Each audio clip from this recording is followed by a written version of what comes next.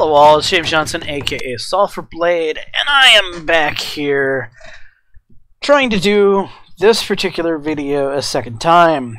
So, the first time, I had my video taken down, which is actually the first time I have had that happen here on YouTube. So yes, I guess YouTube's even starting to pay attention to little old me. Though, to be fair, I did violate their community guidelines, which says you cannot show any graphical mob violence. Which, when you're attempting to do a video where you're trying to explain why people would be in fear of mob violence, you tend to want to demonstrate clear examples of why people would be in fear of mob violence in the United States. Well, evidently, I cannot show those graphical examples here on YouTube. Because, you know, censorship. It would be a great platform for being able to do news with the obvious problems with the right-wing message constantly being censored, and then little things like not being able to show images because they're quote-unquote too graphic. Anyway, in my first video, I showed several people getting bludgeoned by skateboards by mostly peaceful Black Lives Matter protesters across the country. So let's get back to why I wanted to lead this video in with these people who were bludgeoned by skateboards across the country by Black Lives Matter protesters. Because when an angry mob comes and trespasses on your property, breaks through your cast iron fence, and threaten your persons and even your dog, you tend to, I don't know, be scared? Well, this couple was scared, and they did what any logical American homeowner would do. They defended themselves with their Second Amendment rights, their right to bear arms. They did nothing illegal. Self-defense is not illegal in this country. Trespassing is. Destruction of private property is. There were crimes that were committed, but none of those people that actually did crimes were charged with anything. Mark, Patricia McCloskey, they were seen in what was a viral video defending themselves and their property. After demonstrators, they broke down a gate, they stormed into their neighborhood, and as Mr. McCloskey explained at the time, he and his wife grabbed their firearms as protesters gathered near their house. Threats were made. On Friday, Black Lives Matter demonstrators returned to the St. Louis mansion as the pair watched from their balcony. And to explain more about recent events, Mark and Patricia McCloskey, thank you both for being with us. I know that Senator Josh Hawley spoke up for you this weekend because the prosecutor, some overly ambitious prosecutor, wants to actually charge you for what are legal weapons. All right, what have I done here? Let's go back to the first incident. They broke down the gate. They made threats specifically against you, both of you, and even your pets. Hello, where's my mouse? That's true, and it was shocking. I mean, the gate came in. Seemingly everybody in the world came. Sorry guys, I'm having a little bit of a technical issue here. Forward, literally, I think the estimate is 300 to 500 people came right towards us. We were having preparing to have dinner on the There we porch, go. and we were literally maybe 70 feet from the gate by the time we got. All right, so let's go ahead and read this article. Authorities in St. Louis executed a search warrant Friday evening at the home of Mark and Patricia McCloskey, the couple who made headlines last month when they took out arms to defend their homes from protesters. During the search, police seized the rifle that Mark McCloskey was shown holding during the June 28th incident. KSDK TV of St. Louis reported citing information from a source. The couple claimed that the pistol that Patricia McCloskey held during the June confrontation was already in the possession of their attorney, the station reported. Investigation into the St. Louis couple who defended their home against protesters is an abuse of power, says Senator Hawley. And Senator Hawley is spot on. There was no immediate indication the McCloskeys were arrested or charged with the crime. The warrant applies only to the search for the guns. So, if they are not being charged with a crime, why were their guns taken from them? That is a Second Amendment issue. You cannot seize an individual's legal firearms for no reason. Doing so is an obvious violation of the Second Amendment. On Monday, the McCloskeys appear on Fox News. Hannity disclosed that the protesters had returned to the neighborhood July 3rd, but the couple was alerted in advance and hired a private security company to protect the residents. The previous night, we started hiding our valuables and securing our house, Mark McCloskey told Sean Hannity.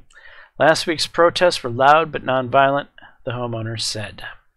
In the June incident, Patricia McCloskey said the couple was startled before dinner time when 300 to 500 people entered the gated community where they lived.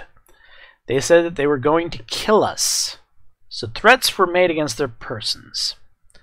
Patricia McCloskey told Hannity on Monday night, they were going to come in there, they were going to burn down the house, threats made against their property.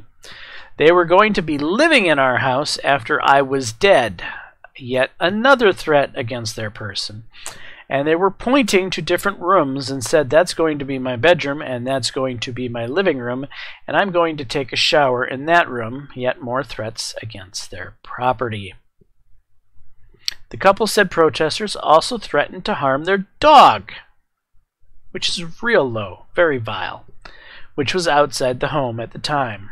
The protesters claimed they were passing McCloskey's home while heading towards the home of Mayor Lydia Cruson to demonstrate there. Soon after the June incident, Kimberly Gardner's circuit attorney in St. Louis announced that her office and the St. Louis Police Department would be conducting an investigation into McCloskey's display of firearms. Of course she did. From what I understand, this Kimberly Gardner is a far-left extreme prosecutor who shouldn't have her position at all, and how she got in her position is still kind of a mystery. Evidently, the voting citizens of St. Louis did not do their homework, as they managed to elect themselves a real winner for a DA. So the couple's attorney at the time, Albert Watson, said in a statement that the couple did not arm themselves until after they began feeling threatened. Makes sense. You feel threatened, you grab your guns. That's what I'd do. That's what most everyone would do. My clients didn't sit on their front stoop with guns. No firearms were on them at the time that they were, as property owners, standing in front of their home, Watkins said at the time. It was not until they basically were in a position of seeing and observing violence, recklessness, law-breaking, and knowing that the police were not going to do anything about it. How many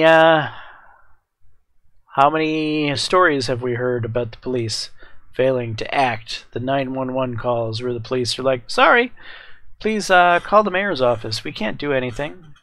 There's people actually standing on your car. They're bashing through your window. You have children in the car. Well, yeah, we're sorry. We can't do anything for you.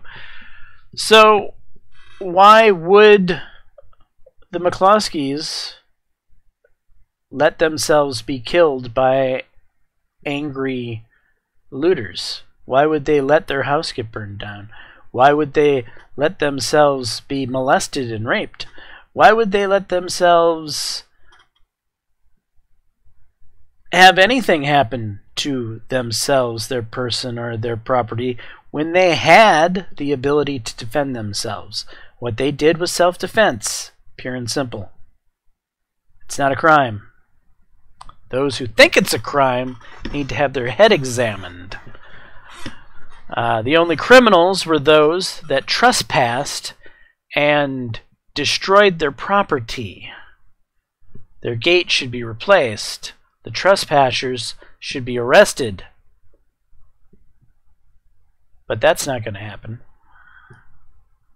Anyway, we as Americans, as patriotic, God-fearing Americans, need to stop being the silent majority, and we need to start standing up.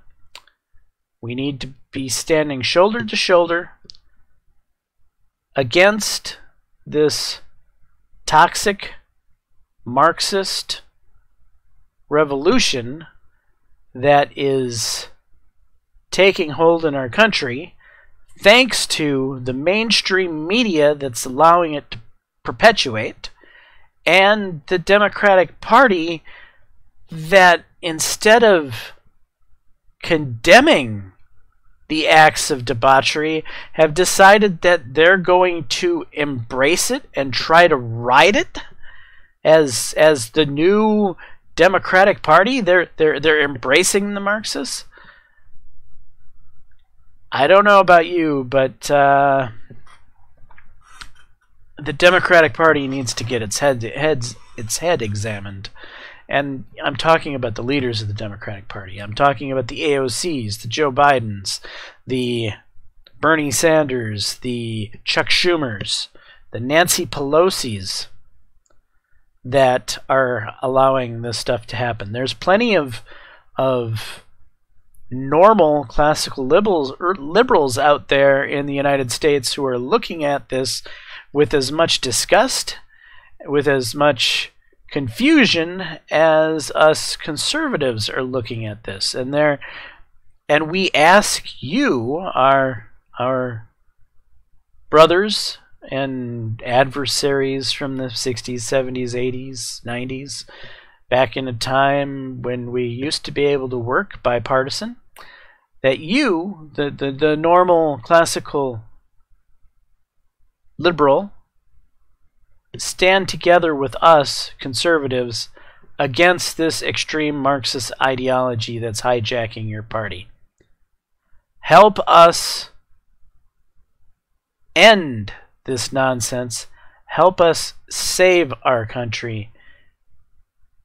Be the good patriotic people that we know you to be.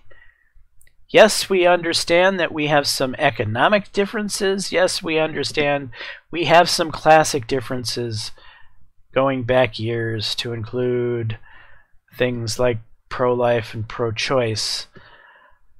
But those are our classic differences that we accept between each other, or at least we have accepted between each other. Right now, what's happening in this country, the extreme violence, the crazy racial rhetoric that is being spurred in the name of the Democrats and Black Lives Matter, and just the craziness, is not who Democrats are. Not Democrats I knew from the 80s and 90s. And I don't believe it's where most sane classical Democrats are either. So again, I plead, I beg of you to come help us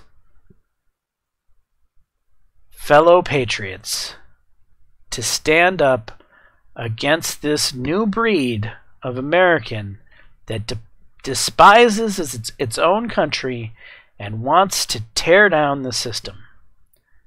We need to stand up together in solidarity against this nonsense.